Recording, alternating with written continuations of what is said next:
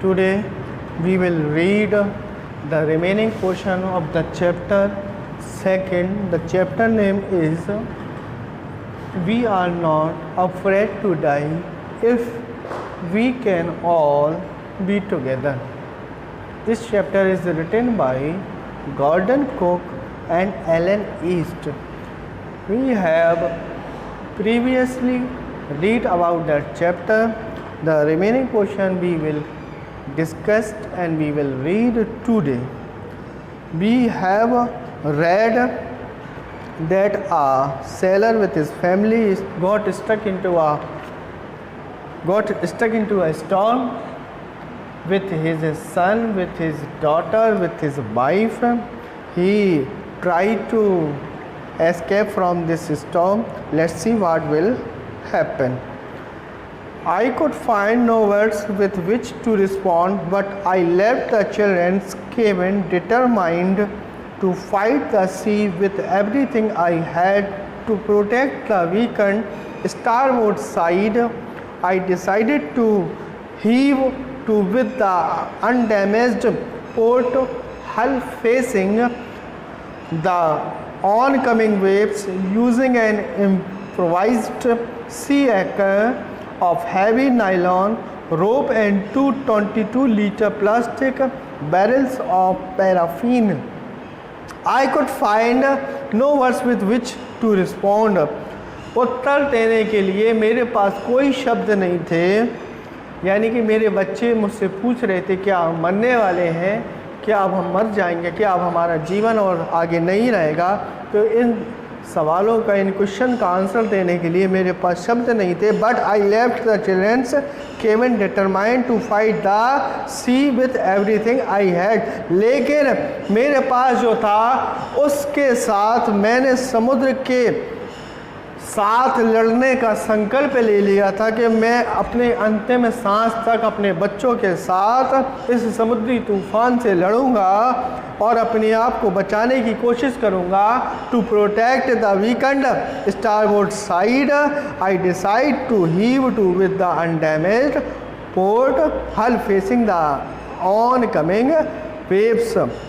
और जिस तरह से दाई कमज़ोर वाली तरफ जिस तरफ टूटा हुआ भाग था, मैंने बिना क्षतिग्रस्त जिस तरफ टूटा भाग नहीं था यानी बाईं तरफ की ओर से जो लहरें आ रही थी उसे बांधने का निश्चय किया।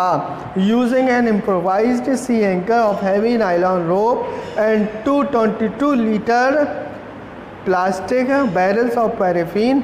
और निश्चय किया इसके साथ साथ जो भारी नायलॉन की जो रस्सियां थी उसको बांध दिया तथा 22 लीटर वाले जो मिट्टी के तेल के प्लास्टिक के ढोल थे, जो आपने देखा होगा कंटेनर प्लास्टिक के, आपके घर में टंकियां देखी होंगी 20-25 लीटर की प्लास्टिक की टंकी, उस ढोल रूपी जो कंटेनर थे काम चलाऊ लंगर बनाने में उसको प्रयोग कर लिए। That evening, Mary and I sat together holding hands as the motion of the ship brought more and more water and thaw into the broken planks. We both felt the end was very near. That evening, उस शाम की बात है, Mary and I sat together, मैं और मेरी पत्नी Mary हम जो है साथ में बैठे थे। सेट टुगेदर होल्डिंग हैंड्स, एक दूसरे के हाथ पकड़े हुए साथ में बैठे हुए हैं। As the motion of the ship brought more and more water, जिस तरह से बार बार जो जहाज़ का टूटा हुआ हिस्सा था वो बहुत सारा पानी अंदर लेकर आ रहा था। We both felt that end was very near, हम दोनों ये महसूस कर सकते थे कि अब हमारा अंत करीब है, नियर है, हम बहुत पास हैं मृत्यु के, हम दोनों लोग अब मरने वाले हैं।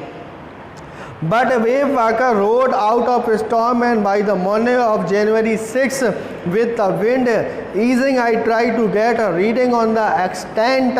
लेकिन वो सुबह, वो 6 जनवरी की सुबह जो हमारा जहाज़ था वेव वाकर लहरों और तूफ़ानों से निकलने में सफल रहा, सक्सीड हो गया और 6 जनवरी को हवा धीमी होने पर मैंने सेक्सटेंट पर देखने का प्रयास किया।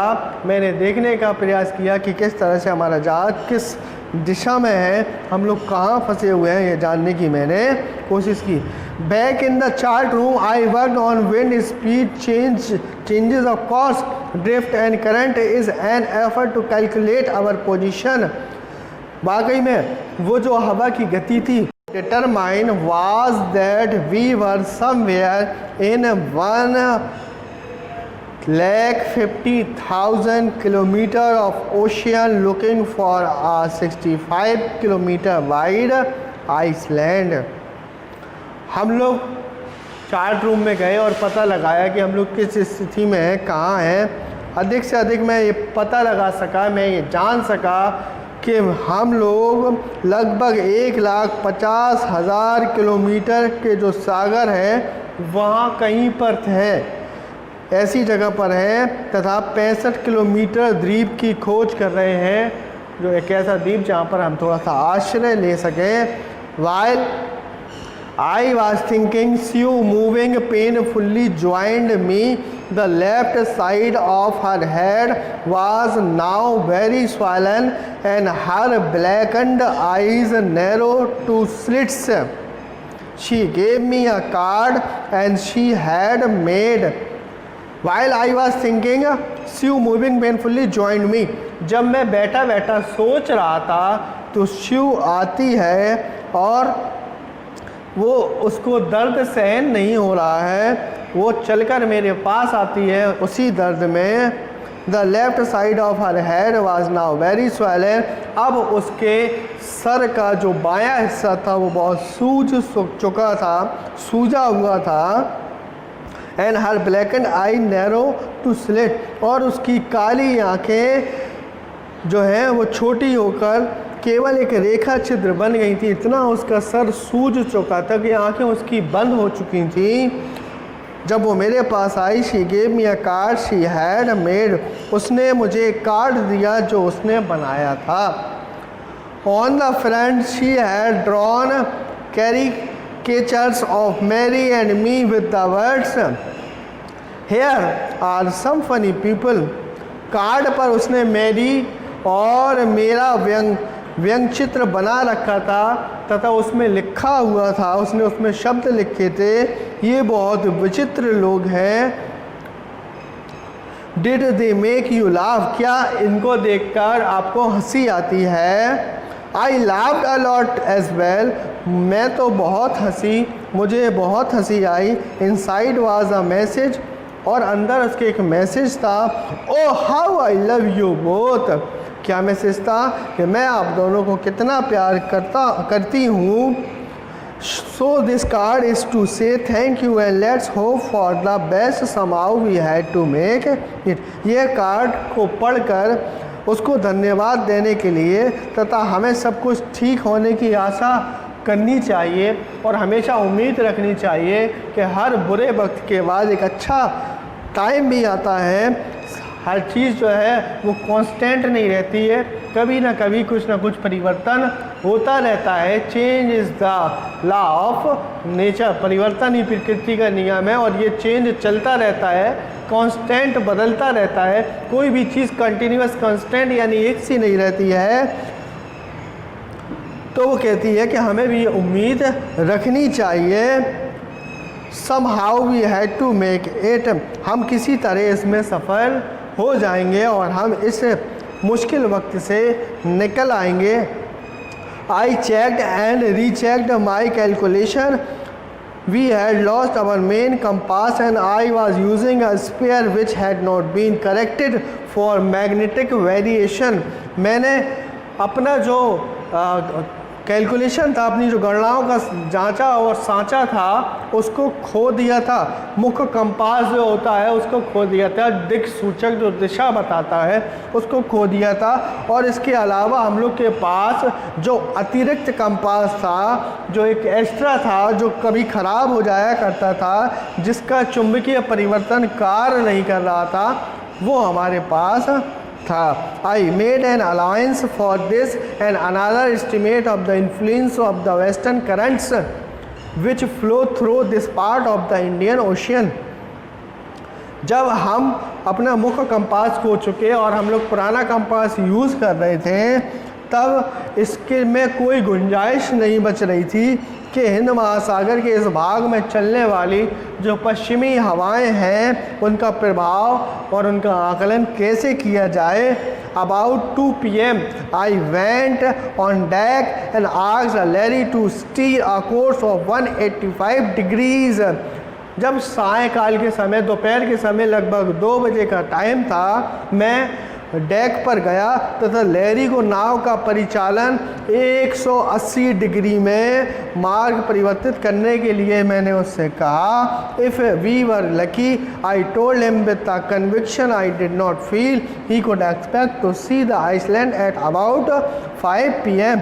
मैंने उससे कहा कि यदि हम लोग ऐसा करने में सफल रहे तो मुझे अनुमान है कि अगर ऐसा हो गया, अगर हवाएं ना चली, अगर जो है मार्ग परिवर्तित ना हुआ, तो शायद हम 5 बजे से पहले उस आइसलैंड पर पहुंच जाएं. लेकिन इसकी आशा ही कर सकते थे, उम्मीद तो बहुत ही कम थी.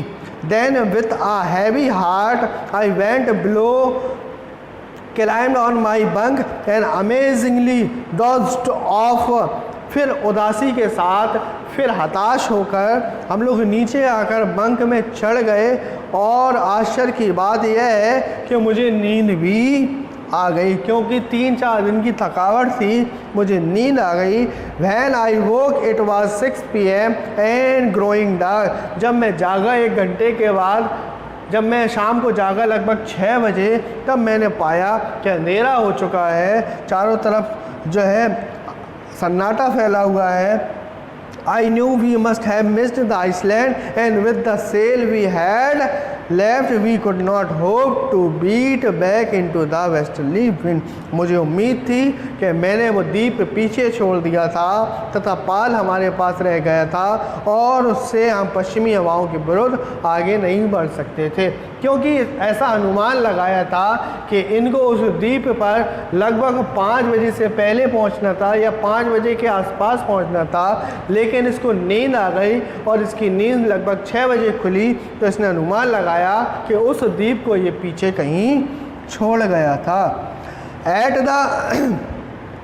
At that moment a tousled head appeared by my bunk. Can I have a hug? Jonathan asked. She was right behind him. Why I am getting a hug now? I asked. At that moment, उस पल की बात है, a tousled head appeared by my bunk.